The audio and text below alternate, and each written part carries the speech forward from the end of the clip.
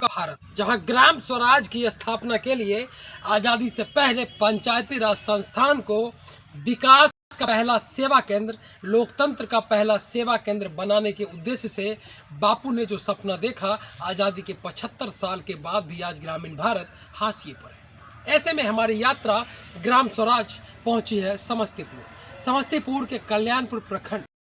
हमारी बात प्रसिद्ध समाज सेवी निरंजन कुमार जी से हो रही है। निरंजन कुमार जी के बारे में अगर बताऊं तो यह पिछले 22 सालों से सामाजिक जीवन में जी रहे हैं। रूरल लाइवलीहुड जैसे प्रोग्राम युवाओं के लिए एनिमल हस्बेंड्री और पशुपालन जैसे व्यवसायों को संगठित रूप से कॉम्फेड के माध्यम से सुधा के सबको रोजगार दिया।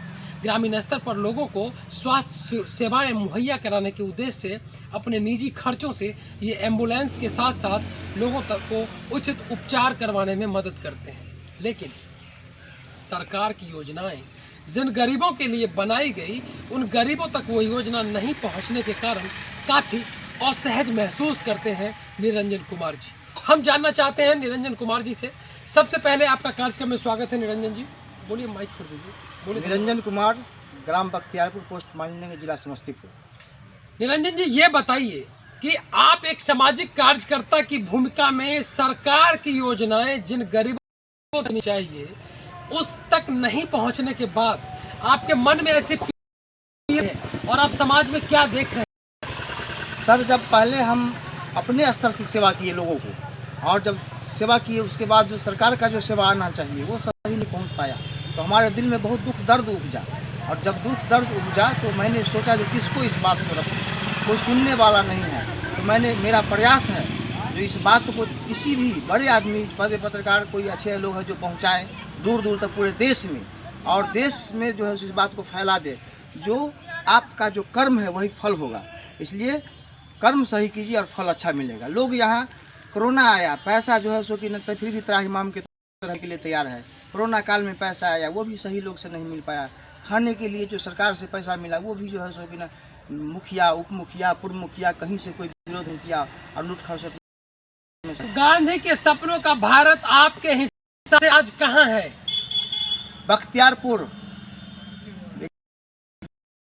है, और गांधी जी का यहाँ जो है सो कि सपना का साकार करने वाला व्यक्ति तैयार है। और इसके बारे में, हमारे बारे में आपको मैं चुनौती देता हूँ, पूरे प्रखंड स्तर पर हमारे बारे में आप पता कर सकते हैं जो समाज सेवी निरंजन है कैसा।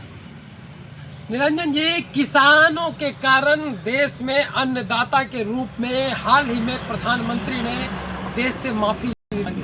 पहली बार देश में ऐसा कहा गया कि देश का कोई संवैधानिक पद पर बैठा हुआ देश का प्रधानमंत्री पहली बार जनता और किसानों से जाकर माफी मांग रहे हैं। मतलब साफ था कि किसान के भरोसे, अन्नदाता के भरोसे ही देश की अर्थव्यवस्था चलती है। ऐसे में रजत क्रांति होने के बाद कई ऐसे किसानों के लिए सरकार ने महत्वाकांक्षी योजना का क्रियान्वयन किया।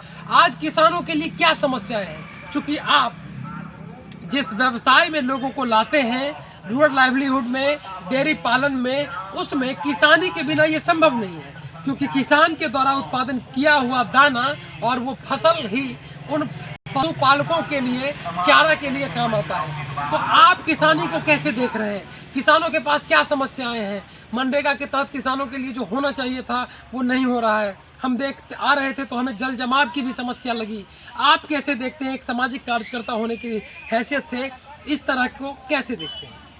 देखिए, सरकार बहुत अच्छा पहल कर रही है, इसमें कहीं कोई समस्या नहीं। लेकिन ये बिचौलिया जो होता है, ये बिचौलिया जो है सो क्या करता है, जो माने बिचौलिया चाहता है सारा पैसा हम गमन कर जाएं, धरातल पर एक भी काम सही से नहीं हो। 10%, 5% काम हो जाए वही बहुत है, और सारा मेरा जेब भर जाए।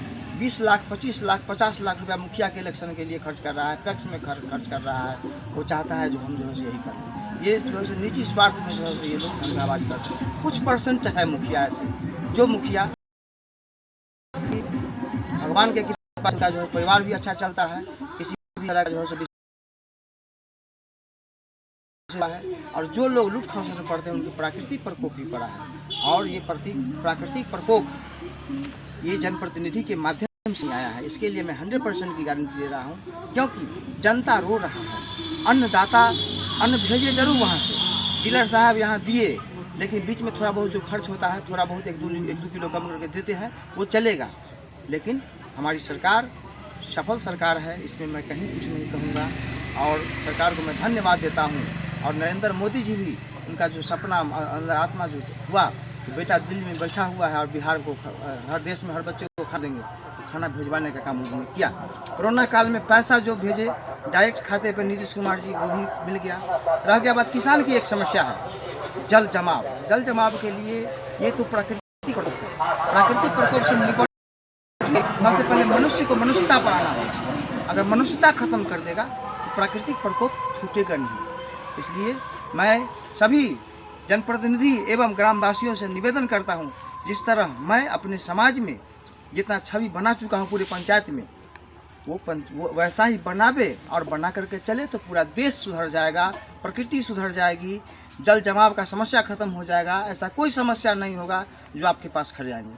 और जब हम खोजते हैं तो प्रतिनिधि, मुखिया, उप मुखिया, पूर्व मुखिया जो भी है, हमको जो है सो धमकी दे देते हैं। जो ये ऐसे सामाजिक कार्यकर्ता, गांव के पंचायत में आरटीआई एक्टिविस्ट और पत्रकार आज भी सुरक्षित नहीं है। हाल ही के दिनों में मधुबनी जैसा घटना इस ओर इशारा किया जा रहा है। आज नेशनल लॉ डे है।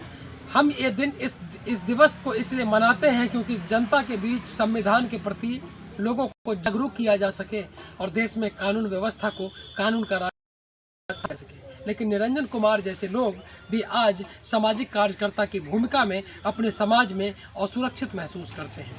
अब जवाब सरकार को सोचना होगा कि चलते चलते क्या यही लोकतंत्र है या कहूँ गणतंत्र है? तंत्र पर है तंत्र भारी, क्या राजनीति का यही मंत्र है? ऐसे में तुम ही बताओ, क्या जनता को ठगने का बस यही यंत्र है?